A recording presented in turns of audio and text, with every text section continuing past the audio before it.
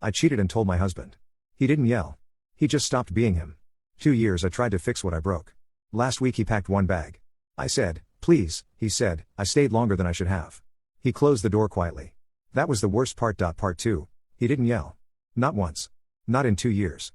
That's the thing nobody prepares you for, the version of consequences that doesn't come with fire. It comes with frost. Slow, steady, silent frost that covers everything so gradually you don't notice the ice until you try to touch something and your fingers slide off.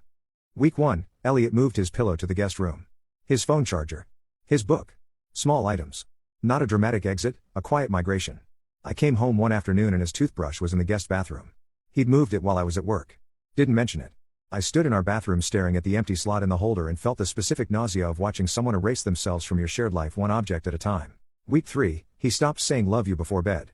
He used to say it every night. Not as ritual, as fact. Like checking the lock on the front door. Something he did because the house wasn't secure without it. Now he said good night. Just good night. The word sounded like a door closing. Every night. For 2 years. Month 2, the flinch. I reached for his hand in the kitchen, automatic, the way you reach for someone you've touched 10,000 times. His hand pulled away. Not fast. Not angry. Just, away. Like my touch was a sound he wasn't ready to hear. I went to the bathroom and cried for 20 minutes. He didn't follow. Not because he didn't notice. Because he couldn't comfort me for the thing I'd done to him. And he was right. But the absence of his comfort was worse than any punishment I could imagine. Month 4, I suggested couples therapy. He agreed. Immediately. No resistance. No, I don't believe in therapy or we can figure this out ourselves. He just said, find someone good, and went back to reading. We found Dr. Avery. Mid-50s. Practiced for 22 years. Specialized in infidelity recovery. She had a voice like warm water, calm, steady, the kind of voice that doesn't take sides because it doesn't need to. Session 1, she asked Elliot how he felt. He thought about it for a long time. Then he said, I feel like I'm living in a house that burned down, but someone rebuilt all the walls overnight and painted them the same color. And everyone expects me to walk through the rooms like nothing happened. But I can smell the smoke. Dr. Avery didn't respond for 10 seconds. Then she wrote something down. I sat in that chair and felt the sentence hit me like a truck I was driving. Session 5, Dr. Avery asked Elliot what he needed from me. I need time. How much time? I don't know. I'm trying to figure out if I can get back to who I was before. And I don't know if that person exists anymore. Session 12, I asked Dr. Avery a question in our joint session that I'd been holding for months. Is he healing? She looked at me carefully. He's working very hard. But is he healing? She didn't answer in session. But she called me that week. Asked me to come in alone. I sat in her office on a Tuesday afternoon. She closed the door. Didn't offer tea this time. Didn't do the warm water voice. She spoke to me directly. I need to tell you something, and I need you to hear it without defending yourself. Okay. Elliot is not healing. He is performing healing for your benefit. He comes to sessions. He says the right things. He does the exercises. He's reading the books. And none of it is reaching him. Because the injury isn't something therapy can stitch. It's a fracture in his identity, in his understanding of who he is and what his instincts are worth. He trusted you completely. Not because he was naive, because trust was the foundation of how he loved. You didn't just break the trust. You broke the instrument he used to give it. I couldn't breathe. He knows this, she continued. He knows he's not getting better. And he's staying anyway. Because Elliot is the kind of man who finishes what he commits to, even when the commitment is killing him. What are you saying? Dr. Avery took off her glasses. Set them on her desk. Looked at me with 22 years of watching marriages live and die behind her eyes. I'm saying that the kindest thing he may ever do is leave. And if he does, it won't be because he stopped loving you. It will be because he can't remember who he was before you hurt him. And he needs to go find that person.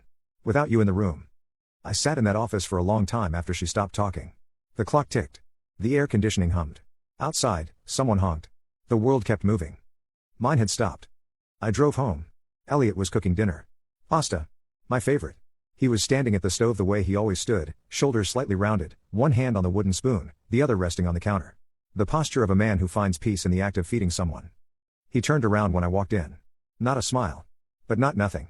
Just, recognition. The way you acknowledge someone who lives in your house. Hungry? He asked. Starving, I said. We ate in silence. Not the hostile kind. The kind that lives in a house where two people have run out of ways to fix the thing that broke them, and dinner is the only language they have left. After dinner, I washed the dishes. He dried them. Our hands almost touched reaching for the same plate. He pulled away again. I didn't cry this time. I just stood there, holding a wet plate. Feeling the distance between his hand and mine like it was measured in years, not inches. 18 months. That's how long we continued. Therapy. Dinners. Silence. Guest room. Good night instead of love you. Parallel lives in the same house. Two people occupying the same space the way furniture occupies a room, present, functional, and completely without warmth. I tried everything. I wrote him letters. I left them on his pillow. I found them later, read but unreferenced.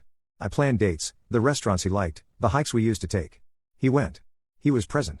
But presence without connection is just proximity. And proximity without joy is just a longer commute. I told my sister on month 20.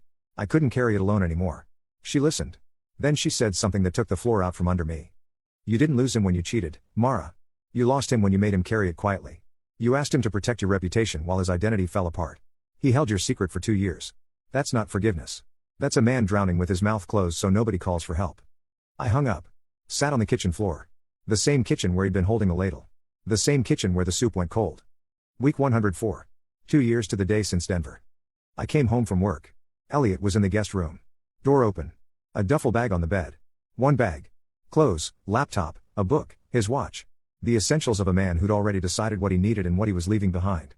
Benny, our dog, a 6-year-old golden retriever who loved Elliot more than gravity, was sitting at his feet. Leash already on. What are you doing? I asked.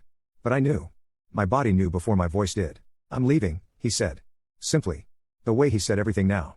Without decoration. Elliot, please. He zipped the bag. Picked it up. Walked to the front door.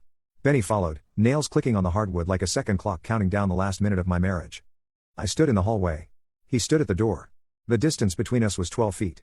It felt like the entire length of everything we'd ever been. Please, I said again. The word tasted like begging and I didn't care. He looked at me. And for the first time in 2 years, I saw something behind his eyes that wasn't frost or distance or the careful blankness of a man managing his own damage. I saw sadness. Real, unmanaged, unperformed sadness. The kind he'd been hiding behind every goodnight and every pulled away hand and every session where he said the right things and felt none of them. I stayed longer than I should have, he said. Not angry. Not bitter. Just true. He opened the door. Benny walked through first. Then Elliot. He stepped onto the porch, into the evening air, and he closed the door behind him. Not a slam. A click. The same soft click as the guest room door 2 years ago. The same quiet mechanical sound of a latch meeting a frame, of something shutting without violence, of a man who even in his worst moment couldn't bring himself to make noise. That click will be the last sound of my marriage.